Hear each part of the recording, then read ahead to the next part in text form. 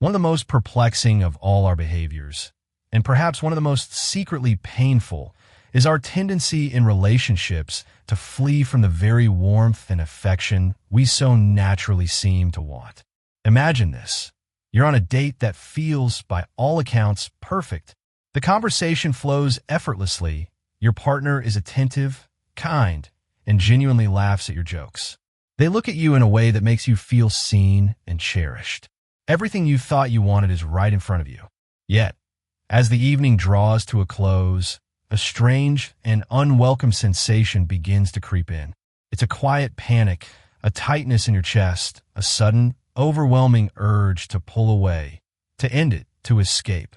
In the face of someone who seems to like us very much, who smiles tenderly at us whenever we walk into the room and is interested in the intricate details of our lives, some of us may respond in this extremely counterintuitive way, by feeling nauseous and, in time, probably running away.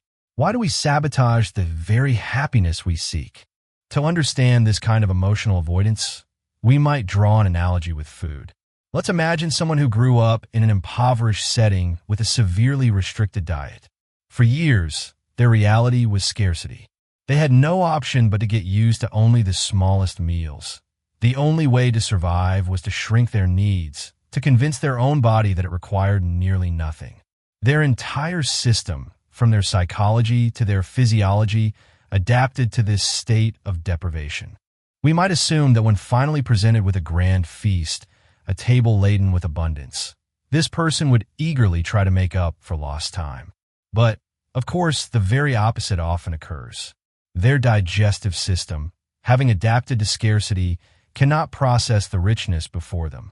The sight of a full plate, which should symbolize joy and relief, instead generates profound anxiety.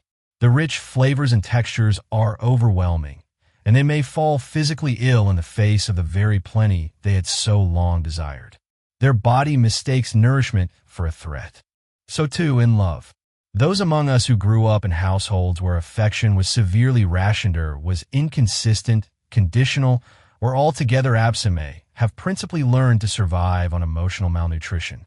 Perhaps our parents were physically present but emotionally distant, providing for our material needs but leaving our hearts unattended. Perhaps love was a reward for achievement, given for good grades and withdrawn for mistakes. Or perhaps our vulnerability was met with impatience or ridicule, teaching us that to show our soft inner self was to invite pain. In such environments, we learned to want very little from other people. It was a brilliant, necessary survival strategy. Now, as adults, when a partner expresses immense, unconditional interest in our day, we may feel suffocated rather than cared for. The attention feels like a spotlight, exposing us in a way that feels dangerous.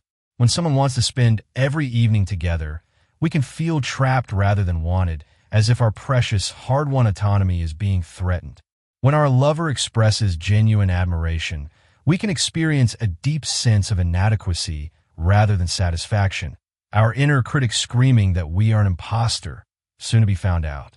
If someone speaks to us of a shared future or marriage, our first temptation may be to go off and flirt with an ex or pick a fight over something trivial anything to create distance and return to the familiar, if lonely, state of scarcity. It is crucial to understand that this is not a character flaw. Our discomfort is a central legacy and a powerful indicator of our past deprivation. It is the echo of an old survival map that we are still using to navigate a new, safer territory. If we can accept that our condition isn't a sign of being broken or evil, but simply the logical result of a certain sort of melancholy upbringing, we may develop the courage one day to explain the situation to a partner and first, and most importantly, to ourselves. This journey begins with self-compassion. We can look back at our younger selves not with judgment, but with kindness, recognizing the intelligence of their adaptations. Then we can, without shame, teach our beloved about our inner world. We can let them know that the kindest thing they might be able to do for us is not to be too kind, or at least not too soon. The most generous thing would be not to be too abundant. We can say, I want your love, I truly do, but my system is calibrated for scarcity. For now, I require it in very small, manageable doses, not all at once. This means articulating our needs clearly. I'm going to need time on my own to decompress. It's not because I don't love your company, but because I need to regulate my own nervous system. There shouldn't be too many hugs right now, but the ones we share will mean the world to me. Compliments should be spaced apart. I need time to truly absorb one before I can believe another. We appreciate the loveliness. We just need to take it in with a teaspoon, not a fire hose. Understanding why love has to be titrated like this is transformative for a relationship. It helps to move our partner away from feeling confused, insulted, and then getting angry. It helps them put down the pejorative labels that a lack of understanding can create, like commitment phobia or fear of intimacy. Instead of a battle, it becomes a collaboration. We can both know that our way of approaching love was, at the outset, a very logical and intelligent adaptation to conditions of emotional scarcity that we didn't choose, and that it has nothing to do with meanness or a lack of love for them. At the same time, the more we can understand the genesis of our sense of being overwhelmed, the more we stand eventually to perceive that our caution has outlived its uses. The old map no longer fits the new, loving landscape. Slowly, with practice, we can begin to tolerate more. We can learn to sit with the discomfort of being loved, to notice the anxiety rise, and to gently remind ourselves, this is not danger. This is nourishment. I am safe.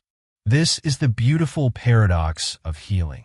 The same love that once felt like a threat can become our greatest source of safety and joy. With patience from our partner and, most critically, compassion for ourselves, the teaspoon of affection we once required can gradually become a tablespoon, then a full cup, and eventually a feast we can savor without fear. The journey isn't about erasing the past, but about integrating it into a new, more expansive story of love one, where we are not just survivors of scarcity, but joyful participants in abundance. The walls we built to protect ourselves don't have to be torn down violently. They can slowly transform into windows, letting in the light, one gentle ray at a time. It's a profound, quiet transformation, and it is possible for all of us. If this exploration of love and healing resonates with you, and you'd like to continue discovering more about the intricate and beautiful complexities of the human heart, please consider subscribing to our channel. We are dedicated to providing insights that help us all navigate our inner worlds with more wisdom, kindness, and hope. Join our community as we learn and grow together.